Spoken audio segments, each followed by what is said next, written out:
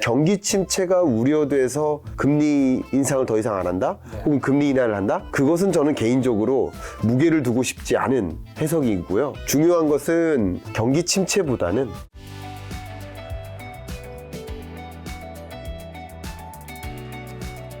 김광석 실장님과 이제 올해 네. 2022년 연말 네. 이제 마지막 촬영이죠. 아, 그렇군요. 네. 2023년 이제 돈의 흐름. 요즘 유튜브 영상들 보면 이제 김광석 실장님 2023년 가난이 온다. 뭐 이런 썸네일들로 아주 가득하던데 네. 네. 요즘에 이제 김광석 실장님 조회수가 아주 물이 올랐다. 자, 오늘 또 어떤 콘텐츠 준비해 오셨을까요? 첫 번째 주제. 네. 파월의 경고와 시장의 실망. 어떤 이야기인가요? 일단은 파월이 경고를 했죠. 네. 물가 안 잡혔다 아직. 그리고 물가 잡기 위해서 계속 금리 인상하겠다라는 지난 FOMC 회의에서의 결과죠. 근데 시장은 혼자 기대했다가 여전히 똑같은 얘기하는 겁니다. 네. 시장은 혼자 기대를 했다가 특히 CPI가 직전에 발표되면서 그렇죠. 물가 확실히 정점이구나. 네. 그리고 물가 완전히 잡혀가는구나. 네. 그럼 금리 인상 그냥 빅스텝으로 전환하고 이게 끝일 수도 있겠다. 막 이런 종류의 기대를 많이 가졌다가 또 시장이 실망하고 있는 모습. 파월의 경고, 끊임없는 경고죠. 네. 시장은 또 한 번 실망하고 파월의 마음과 상관없이 혼자 기대했다가 또 실망하고. 자, 그럼 12월 FOMC 결과 먼저 한번 정리하고 가면 네. 자, 12월 FOMC에서 중요한 포인트 뭐였을까요? 일단 중요한 포인트는 제가 방금 말씀드렸던 것처럼 물가에 대한 판단이라고 볼 수 있을 것 같아요. 생각해 보시는 것처럼 22년 연내에 계속 뭐 자이언트 스텝 미국이 4번 연속하고 빅스텝하고 이렇게 정말 이례적인 금리 인상인데 그렇게 했던 이유는 역시 물가잖아요. 물가가 너무나 높게 치닫고 있으니까. 근데 우리나라의 적정 물가가 2%이듯이 미국의 적정 물가가 2%예요. 네. 그럼 2%가 목표 물가인 거예요. 그럼 2% 목표 물가를 상회하면 고물가인데 이 기준이 또 뭐냐면 2%를 상회하긴 하는데 만약에 그것의 2배 수준을 상회한다. 그러면 그 나라 경제에 정말 치명적인 충격을 준다라고 판단한 위험 수준이에요. 그러니까 4%를 넘어서면 너무나 위험한 수준인 거예요. 근데 지금 미국 물가 상승률 추이를 보면 이 보시는 것처럼 기본적으로 9.1을 찍고 그래도 많이 떨어졌고 지난 CPI가 11월 7.1이다라는 것을 이제 확인하면서 특히 22년 연내로 보면 가장 낮아요. 그래서 확실히 정점 찍고 내려왔다라고 이제 기대를 가졌던 거죠. 기대를 가지면서 이제 빅스텝 한 번만 하고 더 이상 금리 인상 안 하겠다. 이렇게 생각할 수도 있었을 텐데 사실 이 그래프를 보여드리고 싶은 거예요. 그러니까 많이 안정화된 건 사실이지만 그러나 2%라는 목표 물가를 이렇게 기준으로 삼아보면 갈 길이 많이 남았다는 거예요. 근데 이걸 정확히 이제 물론 여러 가지 지표를 가지고 확인해야 되는데 가장 쉽게 짧게만 말씀드리면 그냥 우리 이렇게 종이라고 하죠. 벨 모형. 이게 정규 분포라고 하잖아요. 이 그래프를 보시면 나름의 정규 분포에 가깝게 펼쳐져요. 결과적으로 이것이 2%까지 안착되려면 23년 연내에는 상당히 어려울 수 있다. 그래서 이게 가장 이제 FOMC 회의에서 가장 집중적으로 다뤘던 또 제롬 파월 연준 의장이 기자회견을 통해서 물가 아직 안 잡혔다. 그리고 아직도 고물가다. 이 9.1, 8.3 요 숫자에 비해서만 잡힌 것처럼 보이지 아직도 우리가 위험 수준이라고 할 수 있는 4%마저 훨씬 뛰어넘는 그런 고물가 기조가 유지된다 이런 표현이었고요. 또 중요한 게 이 회의록과 이제 점도표 요 내용들이 정말 중요한데 여기서 이제 SEP가 발표가 됩니다. 이제 향후 경제가 어떻게 전망이 되느냐라는 FOMC 위원들의 이제 발언이라고 볼 수 있는데 여기서 보시면 그 물가 상승률 전망치가 물론 이거는 아까 보여드린 건 CPI 기준이고 이거는 PCE 기준인데 여기 보시는 것처럼 지난 9월까지만 해도 PCE 기준으로 5.4, 2.8로 안정화될 거야. 이렇게 전망을 했다가 이번에는 5.6, 3.1 더 상향 조정했죠. 그러니까 CPI 기준은 또 다른 얘기지만 PCE 기준으로도 어쨌든 2%대가 아니라 3.1%로 물가가 안 잡힌다. 생각보다 안 잡힌다. 그러니까 높은 물가가 유지된다. 라고 이제 연준이 판단하고 있는 거거든요. 그런 관점에서 지금 말씀드렸던 것처럼 물가가 정점 찍고 그나마 떨어지는 것 같으니까 그럼 금리 인상 더 이상 안 할 수도 있지 않느냐. 이제 거의 끝난 거 아니냐라고 생각했지만 아닌가 보다라는 시장에 엄청난 실망이 있었다. 이렇게 해결이 되고 기본적으로 미국의 물가 상승률 추이는 23년 상반기가 5%대, 하반기가 4%대. 네. 요 정도를 기록할 것으로 전망하고 있습니다. 그러니까 요 정도 물가 상승세는 어쨌든 2%라는 목표 물가랑은 차원이 다르게 높은 상태고요. 그 높은 상태에서 여전히 고물가 기조가 유지되는구나. 네. 이렇게 해석하시는 게 맞겠죠. 그래도 불구하고 어쨌든 물가가 떨어지긴 했으니까 네. 금리 인상 속도 조절은 이제 크게 좀 부상했었는데 네. 사실 2022년을 뒤흔든 가장 큰 매크로가 이제 금리였고 맞아요. 금리가 이제 주식시장과 부동산 시장을 이제 다 흔들었고 연준이 이렇게 가파르게 예상할 줄을 몰랐기 때문에 굉장히 많은 전문가분들도 좀 많이 전망을 틀리기도 했었잖아요. 맞아요. 자, 2023년 미국 금리 그러면 어떻게 되는 거죠? 정말 중요한 이야기 했고요. 어쩌면 이 성명서를 통해서 잠깐 말씀드리고 싶은 건데요. 이게 11월 FOMC 회의 성명서고 12월 FOMC 성명서예요. 근데 둘의 거의 차이가 없어요. 글을 보시면 문구가 거의 차이가 없어요. 근데 이번 FOMC 회의에서 우리 대중들이 저도 기대했었던 게 뭐냐면 여기 보시면 11월 FOMC에서 담겼던 내용이 ongoing increase라는 이 표현이 사라질 것을 기대한 거예요. 이것은 이제 FOMC 회의에서 위원들이 이제 물가가 점진적으로 계속 높은 물가가 지속될 것이다 라는 그 기조가 꺾여야만, 그러니까 커미티 멤버들이 그렇게 생각하고 있어야만 금리 인상 추가적으로 많이 안 할 거라는 거죠. 근데 여기 보시는 것처럼 이 온고잉 인크리스가 그대로 담겼어요. 거의 문구에 차이가 별로 없어요. 똑같은 건 줄 알았습니다, 거의. 예, 그리고 여기 보니까 뭐 4.5%로 올린다 뭐 이런 종류의 내용만 바뀐 거지 내용에 담긴 것들이 다 그대로고 예를 들면 여기 보시는 것처럼 이번 인플레이션 타겟 이게 2% 목표를 계속 이루기 위해서 금리 인상 계속 단행하겠다. 계속 하겠다 우리는 스트롱리 하겠다. 라는 표현까지 똑같아요. 결국 이런 것들이 물가 정점 찍은 건 맞지만 2%라는 목표 물가에 부합하는 수준은 아니니 아직까지 계속 금리 인상하겠다라는 액션이고요. 기본적으로 OECD조차 미국의 기준금리 인상 속도를 이렇게 전망했었어요. 기존에. 이 파란색 그래프를 보세요. 그래서 이제 자이언트를 4번 하고 빅스텝 1번 하고 베이브 스텝 1번만 더 하고 동결하지 않겠느냐. 이렇게 했었는데 이번에 FOMC 회의 결과는 서프라이즈죠. 우리 시장도 이런 식으로 기대를 했었습니다. 금리 인상 속도 조절 들어간다. 그러니까 물가 정점론은 곧 금리 인상 속도 조절론이에요. 그렇죠. 그렇게 될 거라고 생각한 거예요.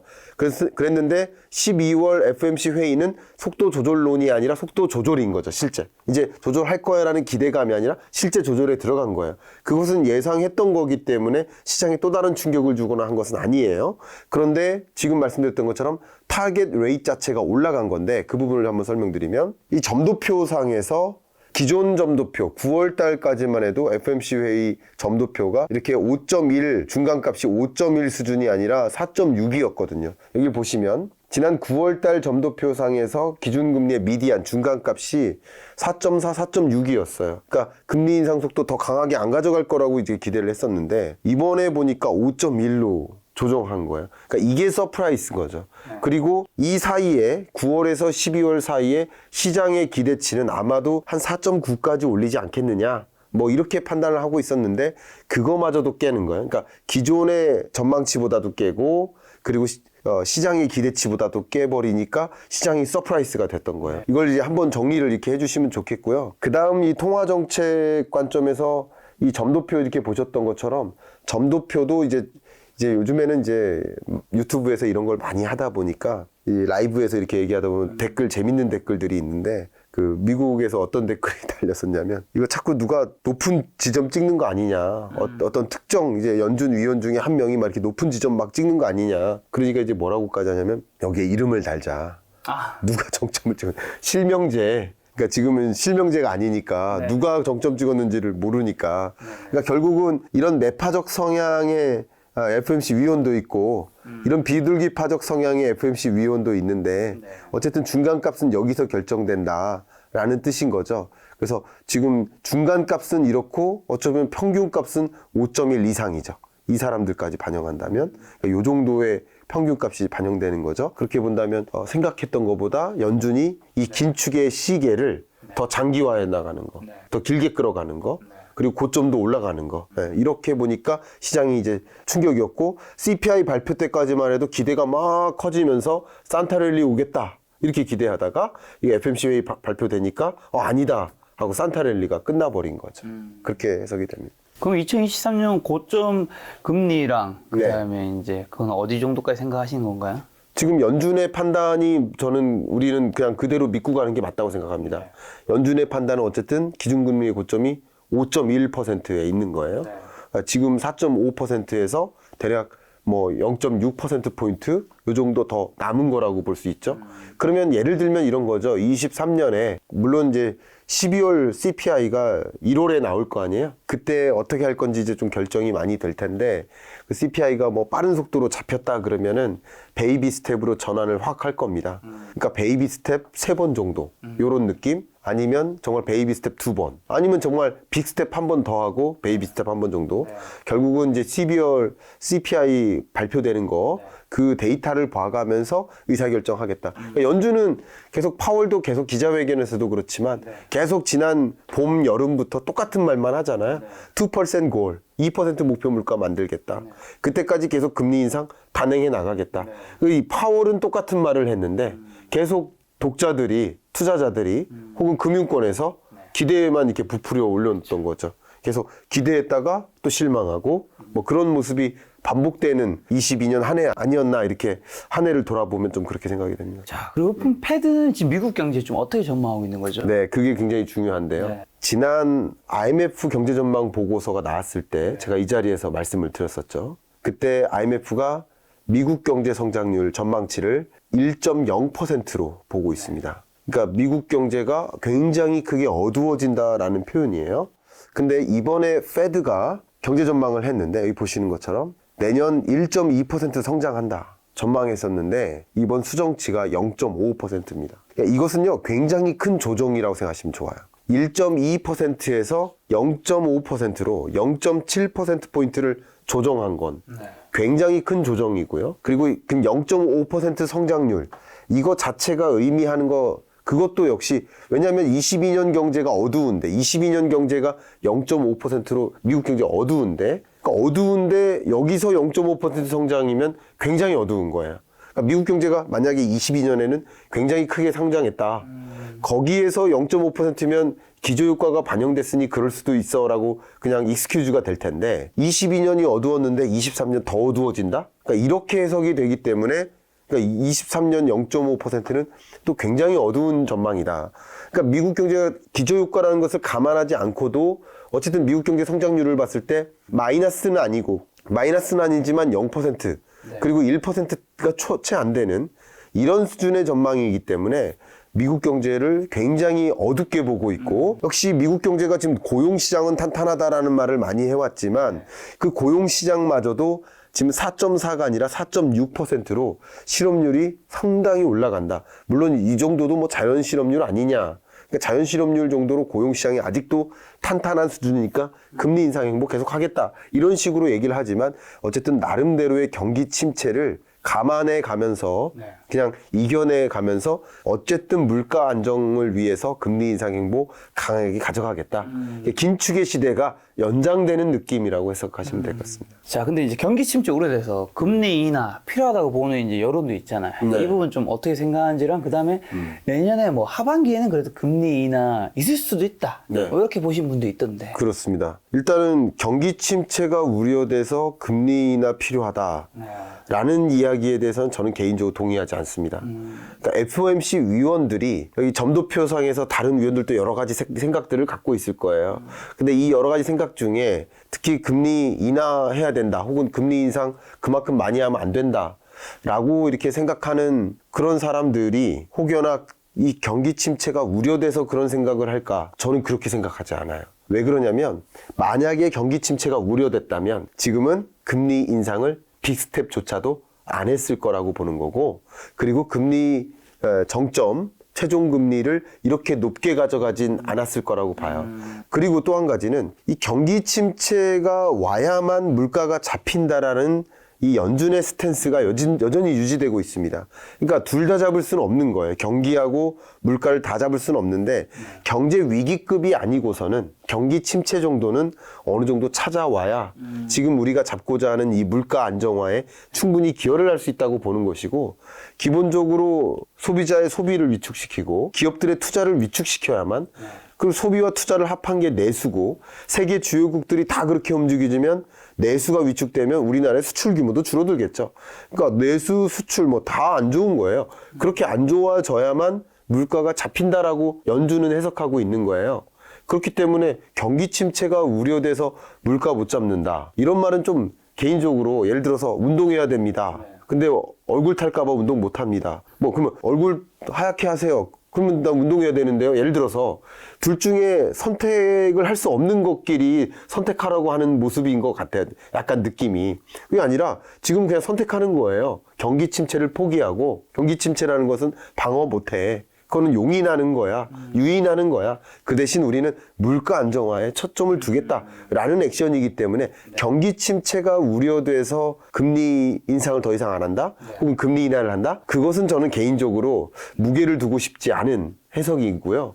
중요한 것은 경기 침체보다는 말 그대로 경제 위기죠. 시스템적 리스크라고 하죠. 경제 위기 같은, 특히 미국이 경험한 글로벌 금융위기, 또 우리나라가 경험한 IMF 외환위기, 이런 위기급의 뭔가가 등장할까봐 이제 시스템적 리스크가 커져서 뭐 그게 뭐 몇몇 기업들이 도산하고 그것의 충격이 여러 경제 주체들에게 전이될까봐 그런 것들을 우려하는 그런 생각이 지배적인 FOMC 위원들이 상대적으로 금리 인상 이제 그만하자라는 그런 마음을 갖고 있다. 그러니까 점도표상의 금리 정점을 그렇게 높게 가져가지 맙시다. 지금 우리 불안하다. 그리고 빅스텝도 하지 맙시다. 베이비 스텝만 합시다.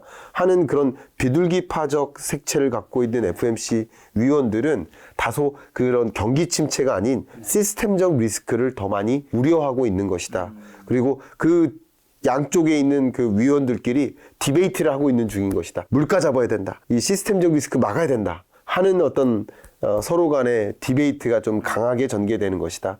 이렇게 해석할 수 있을 것 같아요. 그러면 이제 2023년은 이제 금리 인상이 이제 방향 그렇게 전망하신다면 주식 투자는 어떻게 해야 되는 거죠? 주식 투자 관점에서는 제가 아마 지난 여름에도 출연해서 아마 그때부터 똑같은 말씀 드렸던 것 같아요. 또 반복입니다. 그게 뭐냐면 금리의 고점으로부터 6개월 전 정도가 10월이죠. 그러니까 10월이 잘 생각해 보시면 물가 정점론이에요. 왜냐하면 지난 6월 물가가 정점 맞았어 라고 확신을 갖는 기간이에요. 10월. 그리고 그때부터 금리 인상 속도 조절론이 같이 부상하죠. 그리고 그러면서 돈이 이동하는 겁니다. 어디로? 주식시장으로 돈이 이동하는 거예요. 은행에서 일부 주식으로 이동하는 거예요. 주식 투자해도 되겠네 하는 마음. 그리고 그때까지 강달러가 나오다가 10월부터 환율 정점론이 또 부상하죠. 생각해 보시면. 그게 결국 미국이 금리 인상 속도 조절 들어가겠네 라고 생각하면서 외환시장에 투자했던 사람들이 돈을 빼는 행위예요. 결국 다 같은 거예요. 그리고 지난 6월 정도가 국제 유가도 정점이었네. 이게 물가 정점론을 더 만들어주는 요소네. 국제 유가 정점론. 이것도 결국 같은 말이에요. 생각해 보시면 이런 여러 지표들이 물가 정점론, 금리 인상 속도 조절론, 국제 유가 정점론, 환율 정점론. 그러니까 이런 지표들이 우리가 관찰하는 지표의 대상만 다를 뿐 이 경제라는 이 톱니바퀴처럼 이렇게 얽혀서 같이 돌아가는 거기 때문에 이런 요소들이 결국은 같은 거다라고 해석하시면 좋겠고요. 그래서 제가 그동안에 말씀드렸던 것처럼 환율도 10월이 정점인 거고 주가도 10월이 저점인 것이다 라고 저는 그렇게 판단하고 있다 이렇게 말씀드리고요. 경제 위기는 아니더라도 제가 그건 구분했었죠. 경제 위기가 아니고 경기 침체다. 경제 위기는 정말 마이너스 성장하는 거야. 쉽게 말하면. 결국 경기 침체는 그래도 마이너스 성장은 아닌 거예요. 그냥 굳이 짧게만 구분한다면 그렇습니다. 경제 위기가 오면 주가는 또 추가적인 조정이 있을 수 있는데 경기 침체로 받아들이기 때문에 경기 침체 정도는 주가의 기울기를 판단할 수 있는 근거다. 이렇게 말씀드릴 수 있겠어요. 그러니까 기울기 정도니까 굳이 따지면 저점은 찍고 회복은 되지만 지금 회복되는 구간인 거 맞죠. 저점 10월 저점으로부터. 그러나 그 회복세가 매우 뚜렷한 그런 장세는 아닐 것이다. 이렇게 보고 여러분 주식 투자를 하더라도 그래서 여러분이 이제 선택의 문제예요. 저는 그 팩트를 말씀드린 것이고, 여러분이 그러면 주가가 그렇게 호락호락하게 막 급등하는 장세는 아니겠네, 산타랠리 이런 것도 아니겠네, 이렇게 생각하신다면 주식에 투자해야 될지 아니면 나는 계속 저축에 비중을 늘려야 될지, 이것은 스스로 판단하실 일인데, 저는 개인적으로 좀 지키는 투자자라고 한다면 저축을 계속 추천하는 바입니다. 그래서 말씀드린 거고, 주식 같은 경우는 기대에 투자를 했다가 이 회사 잘 될 것 같아, 저점 찍고 올라간 것 같아 하면서 이 회사에 투자를 해요. 근데 이 회사가 만약에 실적이 발표가 돼요. 1분기 실적 발표됩니다. 기대했던 바가 아니네. 이런 종류의 일종의 뭔가 그 실적 발표가 계속 실적에 대한 나쁜 기대나, 그리고 실적이 어두울 것 같다라는 뭐 여러 가지 사인들, 예를 들면 생산 계획을 철회한다든가, 생산 설비 용량을 줄인다든가, 대규모 고용 감축에 들어간다든가, 우리 회사 구조조정한다든가, 뭐 이런 종류의 것들이 실적이 어두울 거라는 전망을 가능하게 해주는 그런 사인들이잖아요. 그러니까 이런 종류의 것들이 계속되다가 실적도 안 좋게 나오다가 이런 식으로 되니까 금리로 인한 어떤 하방 압력은 이제 거의 끝나가지만, 그렇지만 경기 침체라는 것 때문에 기울기가 이렇게 좋을 수는 없다. 여러분이 주식 투자를 하시겠다 그러면은 뭐 제가 하지 말라는 시점은 아닙니다. 22년 전망할 때는 제가 하지 마시라고 했었죠. 근데 23년 전망할 때는 하지 마시라고까지는 안 합니다. 여러분의 선택이 문제다, 이렇게 생각합니다. 해도 된다. 해도 됩니다. 해도 되는데, 네. 그래도 산다면 그럼 어느 섹터로 2023년 좀 관심을 가져야 될까요? 그런 부분을 좀 이렇게 강조하고 싶어요. 이게 지금 수출이 어렵잖아요. 네. 그러니까 수출이 어려운 것도 우리나라의 수출 구조가 그러하기 때문에 그런데요. 네. 수출 구조가 우리나라 워낙 반도체 수출이라든가 또 석유화학, 자동차 부품, 철강, 조선, 이게 다 뭐냐면요, 경기에 민감해요. 우리나라가 주로 내구재나 생산재 수출이 많아요. 우리가 소비재 수출은 별로 없어요. 소비재라도 내구재예요, 주로. 소비재라도. 그러니까 생산재와 부분품 수출이 많고, 그 다음 소비재 중에서도 내구 소비재 비중이 절대적으로 많아요. 이게 다 경기 민감이에요. 이게 뭐냐면 경기가 어려울 것 같다. 우리나라도 23년 예산 계획을 쪼그라뜨렸잖아요. 긴축적으로 했잖아요. 세계적으로 그런 모습이에요. 예산을 쪼그라뜨리고, 그리고 기업들이 우리도 허리띠 졸라매자, 이렇게 움직이잖아요. 소비자들도 다 소비심리 위축되고 다 이런 모습이잖아요. 그리고 경기가 어렵고, 예를 들어서 고용도 어렵고, 혹은 내 통장에 찍히는 소득 자체가 줄어든다, 어둡게 전망을 한다. 그러면은 당연히 기업들이 어떻게 할까요? 기업 가게가 허리띠 졸라매겠죠. 그러니까 그런 과정에서 자동차는 1년 있다 살까? 더 2, 3년 더 탈까? 이제 좀 자동차가 좀 안 좋지만, 뭐 우리 텔레비전 화질 좀 안 좋고 너무 오래됐지만 그냥 좀 더 타자. 이게 경기 침체 국면에 나타나는 거예요. 그러면 자동차에 반도체 들어가잖아요. TV에 들어가잖아요. 스마트폰에 들어가잖아요. 내구재에 다 들어가요. 그리고 기업의 생산 설비에 다 들어가요. 그러니까 반도체 수출이 어두운 거예요. 이런 식으로 우리나라의 수출 품목들이 그런 영역에 집중돼 있어서 결국 경기가 침체될 때 더 어려운 영역들이라고 볼 수 있는데, 요는 뭐냐면 경기를 타지 않는 섹터가 좋다라는 거죠. 경기에 민감하게 경기가 안 좋아, 그러니까 나 이거 소비 줄이겠어 하지 않는. 식음료 쪽인가요? 그렇죠. 네네. 식음료 같은 경우는 상대적으로 식음료 영역에서도 품목마다 사치제적 식음료가 있고 필수제적 식음료가 있는데, 필수제적 소비 품목에 해당되는 그런 영역의 경우에는 어렵다 하더라도 줄이지 않는다 이거예요. 그런 것들을 생각해 보면 어쨌든 실적이 뒷받침되는 산업이 누굴까, 이렇게 생각해 주시면 좋겠고요. 그리고 23년에 다양한 서비스 물가가 반영이 돼요. 그러니까 23년에도 물가가 높다고 그랬죠. 높은 물가 속에 이런 식음료 산업 같은 경우는 매출이 실적이 나빠지지 않는다라고 가정하면 가격은 올리면서 수요는 뒷받침되고, 그러니까 마진폭은 높아지고, 할 수 있는 경기에 민감하지 않는 실적이 뒷받침될 만한 그런 산업에 투자하시는 것을 좀 추천드리고 싶습니다. 지금 실장님은 금리 측면에서는 주식 투자 좀 해도 괜찮지만 경기 침체 부분에서는 그래도 좀 조심스럽게 해야 조심스럽습니다. 라는 말씀해 주셨는데, 네. 김작가 TV에 나오신 분 중에서 어떤 분이 이런 얘기 해주셨는데, 이제 물가가 어쨌든 2022년에는 계속 이제 올라가고 있었잖아요. 네. 그다음에 금리도 계속해서 이제 가파르게 올라가고 있었는데, 네. 확실한 거는 2023년부터는 이제 방향이 꺾인 건 확실하잖아요. 네. 물가도 높이 네. 있는 건 맞지만 그렇죠. 꺾였고, 네. 금리 인상도 이제 위에 있는 건 맞지만 앞으로가 더 가파르게 오를 그건 이렇게 전망하시는 분은 없고, 이제 그렇죠. 거기도 이제 둔화 쪽으로 이제 풍향이 뭔가 바뀌고 있잖아요. 그렇죠. 바뀌고 있는 부분에서 주식 투자를 좀 해도 괜찮다고 이제 좀 강하게 얘기하신 분이 있던데, 요 의견은 좀 어떻게 생각하세요?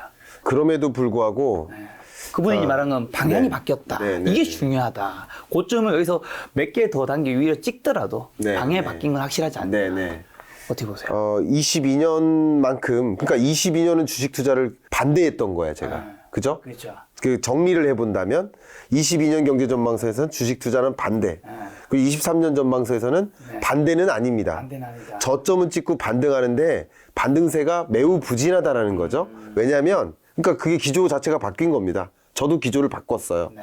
22년까지는 아예 주식 투자하지 마셔라. 현금 확보하라. 근데 재밌게도 말이죠. 23년 주가가 반등은 하더라도 반등세가 뚜렷하지 않을 것이라는 건 많이들 동의해요. 왜냐하면 경기 침체가 오기 때문에 그 부분 동의하시잖아요. 근데 재밌게도 같이 올라가는 게 시중금리예요. 그럼 시중금리는 기업 입장에서 다양한 사업을 영위하는 신규 투자 목적이 있는 어떤 사업에 투자해야겠다.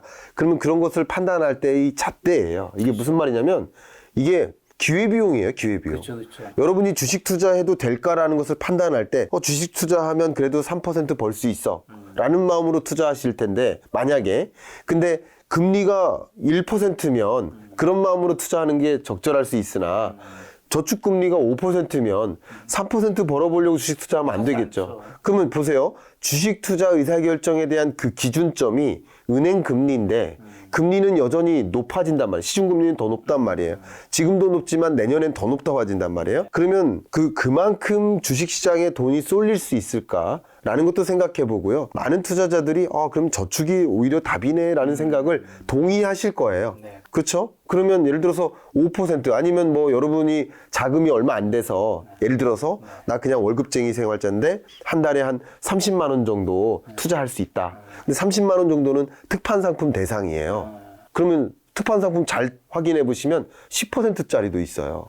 있어요. 기사도 났습니다. 그러니까 10%가 아니더라도 10%에 준하는 그런 저축은행의 특판 상품을 이용하면 그냥 예를 들어서 이 정도 월급 가지고 또 남는 돈을 투자하는 이런 투자자들이라면 굳이 주식 투자해야 되느냐. 그러니까 그래서 그것은 선택의 문제다라는 거죠.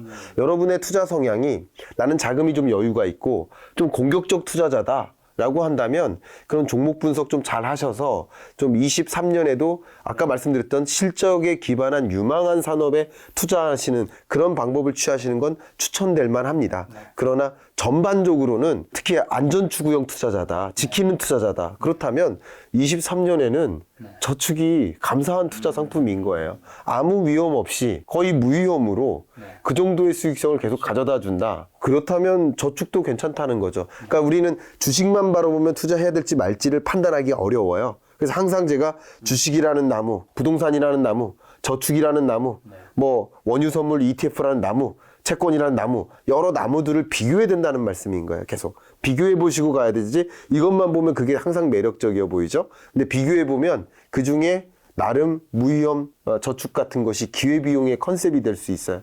그러면 그거보다는 높아야 투자하니까 여러분의 투자 성향에 달렸다 이렇게 말씀드릴 수밖에 없는 거예요. 각자의 성향에 맞는 2023년 이제 투자가 되었으면 좋겠다는 생각이 드네요.